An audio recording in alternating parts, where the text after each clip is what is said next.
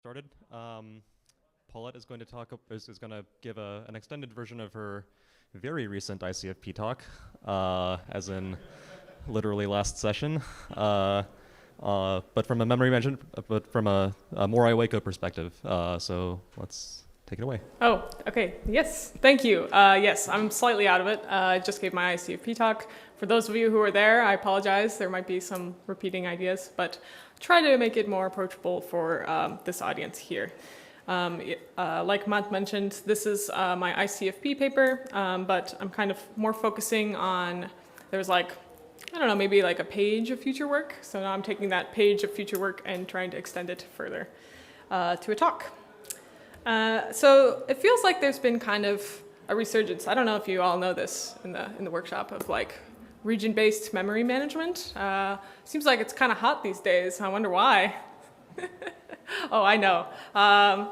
Yeah, so there's this recent paper talking about reference capabilities for flexible memory management, where we can sort of make a whole forest of regions and interact between regions in this really nice way. And with beautiful visuals like this. I love these visuals, and they're little bean-shaped regions. There was even a paper that came out this year at I believe IWACO'25. This Spigen work talking about implicit and non-lexical regions with size allocations. And then there's, of course, always new work on reasoning about aliasing. So, recently reachability types and all this. And so I'm a theoretician. So, when I read these papers, my first thought is, I might read the intro, some of the related work, get some of the context, and then I want to look at the details, right? And when I look at the details, I'm like, whoa, what is going on here? What are the models for these languages like?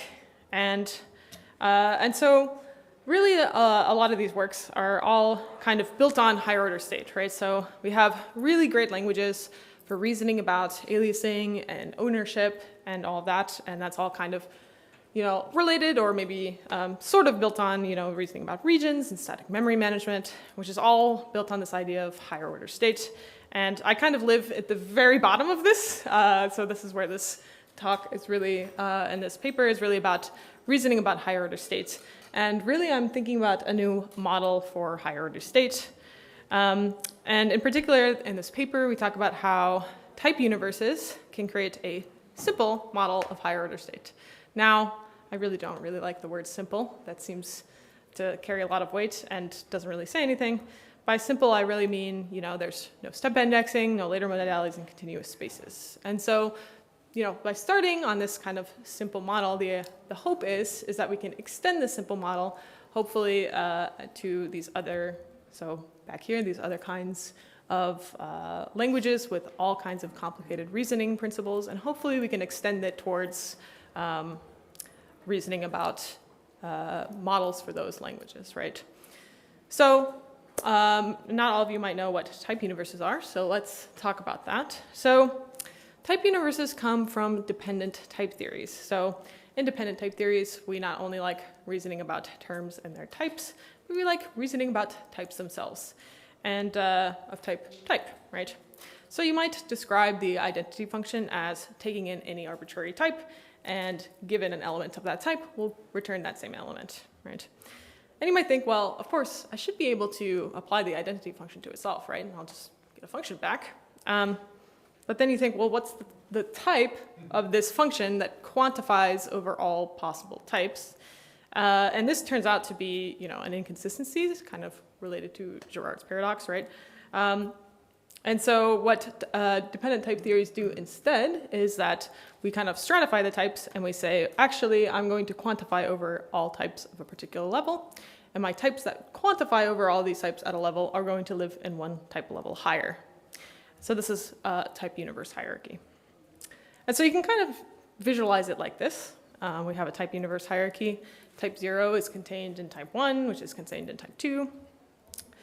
And in our ICFP paper, we kind of found an interesting correspondence with these type universe levels to levels of the heap. So we have heap 0, heap 1, heap 2, but how are these levels actually formed?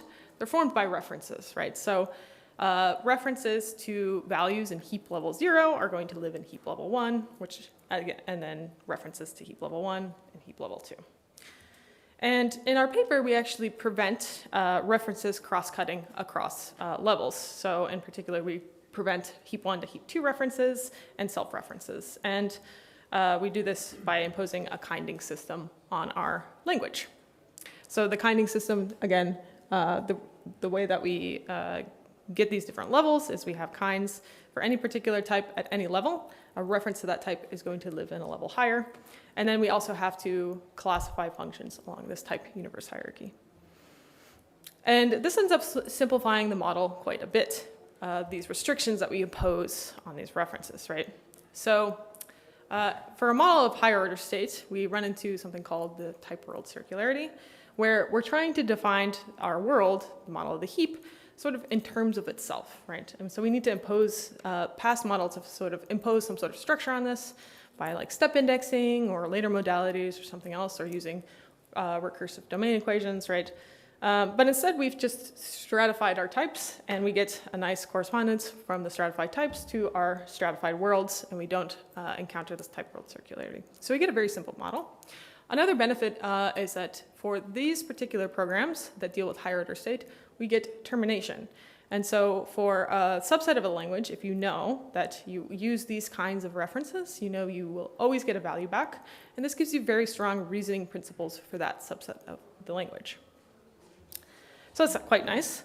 And so then I've kind of vaguely pointed at type universe hierarchy. Here's kind of it more concretely. We have this type universe hierarchy where the base types, sort of like nat to nat functions at level 0 and bool are going to live in type 0. And references to natural numbers are going to live in type 1, and we kind of climb the hierarchy from there. And we can then, if we look at values that inhabit those types, we start to see the stratified heap. So heap 0 is, kind of our base values, and then we have references living in heap 1, heap 2, etc.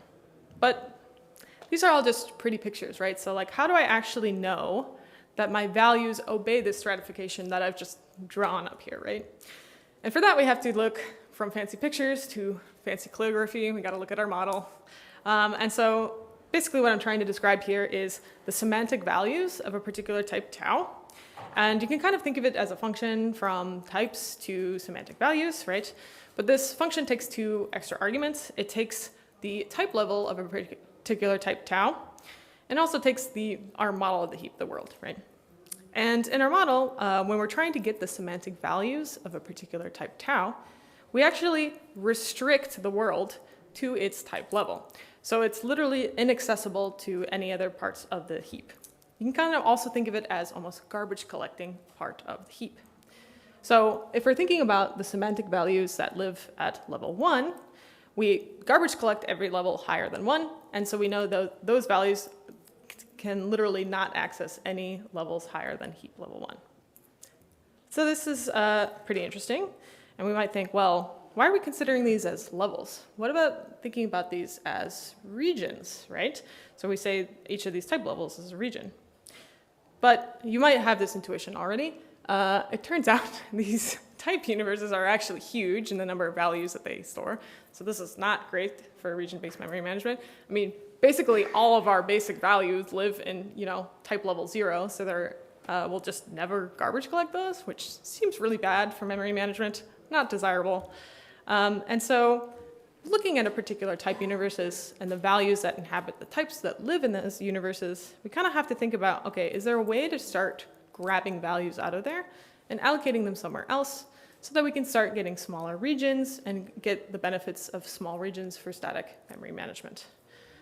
So could we just grab this identity function out of the type 0 and say, I want to allocate it in some type universe beta, and then once I no longer have a reference to type universe beta, I can then garbage collect it, right? And this has a kind of interesting correspondence to something that exists in the dependent type theory work, which is type universe polymorphism. So I'll talk briefly about that. So revisiting our identity function from before, we're quantifying over all possible types, type 0 here, and we know that that type gives us type 1. But if we want the identity function to work over type 1 level types, well then we kind of have to redefine the identity function for type 1 level types, and then we have to redefine it for type 2 level types, and so on. And this is quite annoying.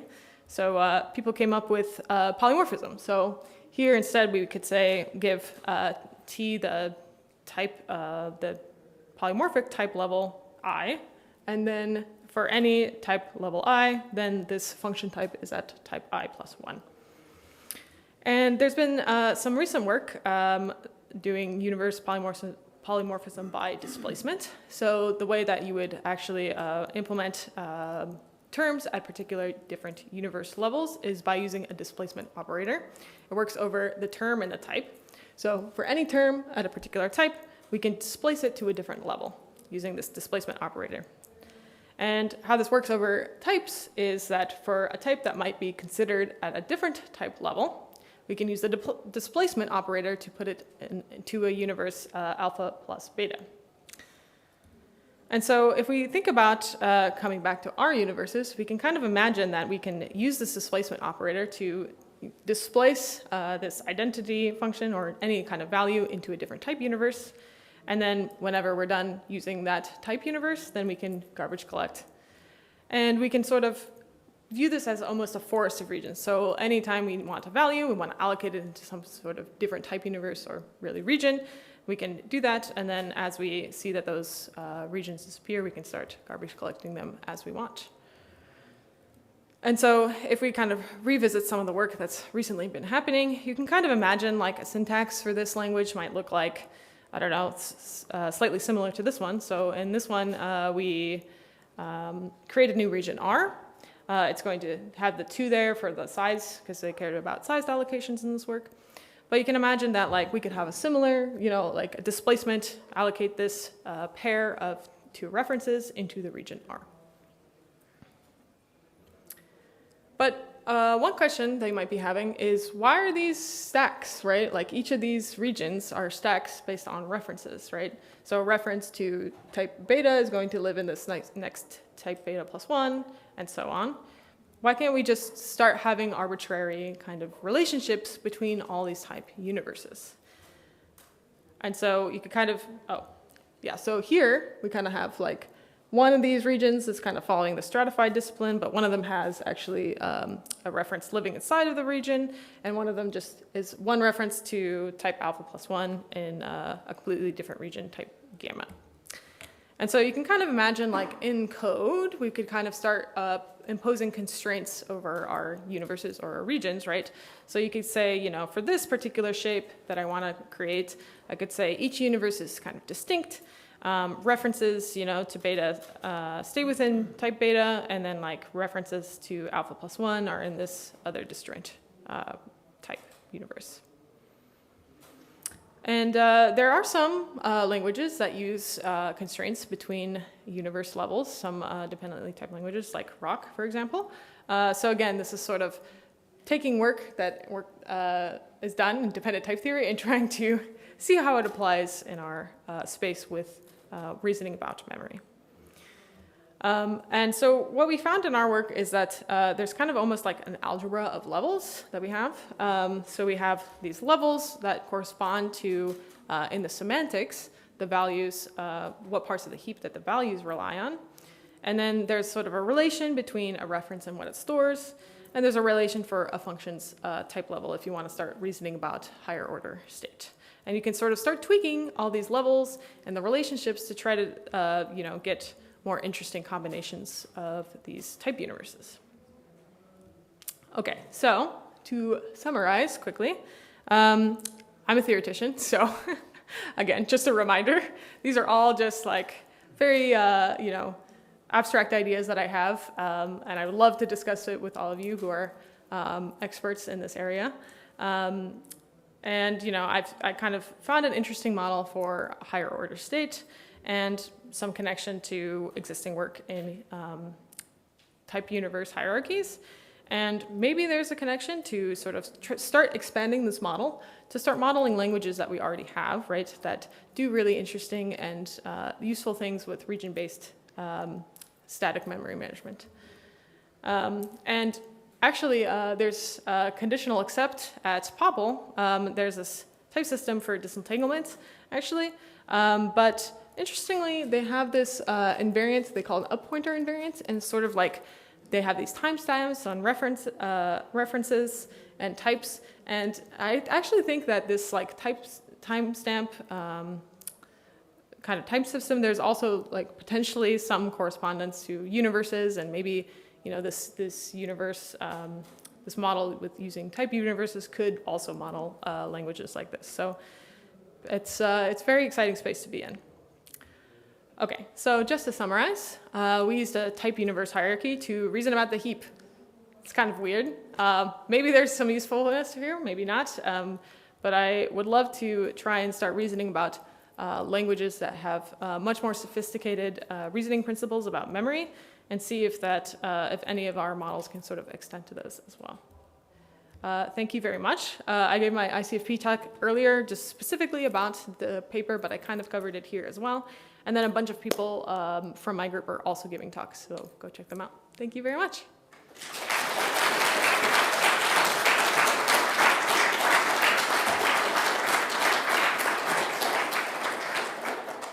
Yeah, thank you for a really clear and easy to follow talk on work that seems really elegant and really deep. A couple of questions. One is, I notice you've got your red forbidding references from one universe to another universe. Is that intrinsic to the system, or you could basically, you'll lose some guarantees, but is that required, or you could basically let that one go if you needed to? Yeah, so like because of this algebra, you could kind of say, oh, actually, I don't care about the relationship between references. I don't want them to actually bump the level, and then you could kind of have unrestricted references at that point. Or at least restricted by what other constraints you have between the type universes. Yeah, exactly. So you've got full, can the type universes be partial orders rather than, if that's the right word? Yeah, so I kind of like... you did hint towards that. Yeah, so this kind of like stacks in this like forest of regions was a little bit of a lie, like because the displacement is really displacing according to some like partial order. So instead of actually... You're going to want a partial order. Yeah. So that's what I think. Yeah. And I'm going to have to go to other talks, unfortunately. Oh, okay. Yeah. But there's the joke question, which how are type universes related to universe types? You don't have to answer. It's just a joke. Yes. But we talked about that in the paper, though. So because we did get that comment. Anyway, yes. Thanks again. I'm sorry I have to dash. I'll be back later. Yeah. Thank you. Hi. Thanks for the talk. Very nice talk. Thank you. Yeah, you didn't mention type and effect systems for region-based memory management, right? So I think there's a bit of a difference between what you presented and that other work, because in that other work you can have references that point to the same or to previous regions, right, as long as you are not using them, and that's where the effect system comes into play. Right. Is there a way to kind of get the same thing, maybe with something like gradient monodes or something like that? Yeah, I do feel like there's probably a way to do that, but it might need to, like, you might have to start bringing in like linearity, because there is like some linearity constraints, right? When like, certain regions can be opened, but no other ones can be opened, and things like that. And so you probably need more constraints than what I've kind of thought about here. Okay, thanks. Yeah, thank you. Really fun. This is a lovely talk. One of the things that we do a bunch in code written using my version of this many systems you've been alluding to is we wind up inverting a relationship where something originally pointed to dominated owns something else, and then later it'll swap. Mm-hmm. Is that something we can do here, or will that require some extended modeling that makes it less elegant? Yeah, I mean, I'm assuming, it would be really interesting to see if that would work. I have like no concept of how this might work, but I would love to talk to you to talk about like in sort of more realistic languages, what kinds of like memory operations do we want to perform, and then start thinking about, okay, how do we model that? Can it still be used in this kind of system? Yeah, that'd be great. Fun.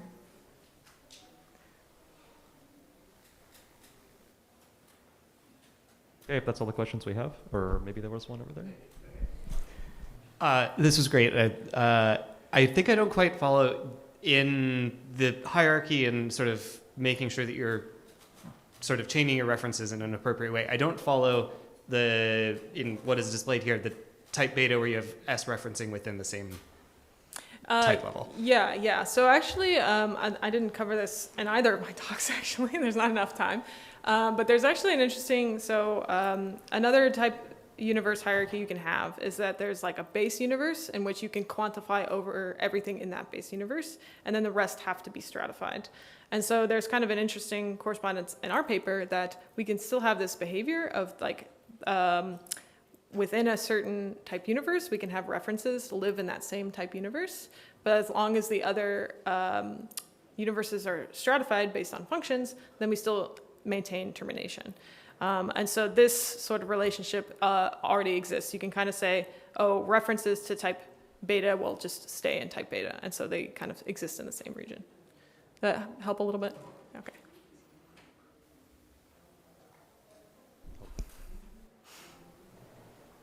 Just a question, just to follow up on that thing, the separation between the need for termination and being able to deal with dynamic data structures like trees, lists, and so on. I was just wondering whether you really want to make sure that you cannot have these kind of data structures. You would like to have those in regions as well, yeah. Right? And maybe not. Maybe you want to give up termination. Yes. Yeah. Absolutely. Yeah. So I think this is just like as a basis of like modeling languages that already don't have termination, but then we can sort of use this model to start reasoning about these languages, maybe prove more equivalences, be able to optimize these. But yeah, we would eventually clearly give up termination because it's quite restrictive. Okay, seems like that's all the questions we have. Let's give the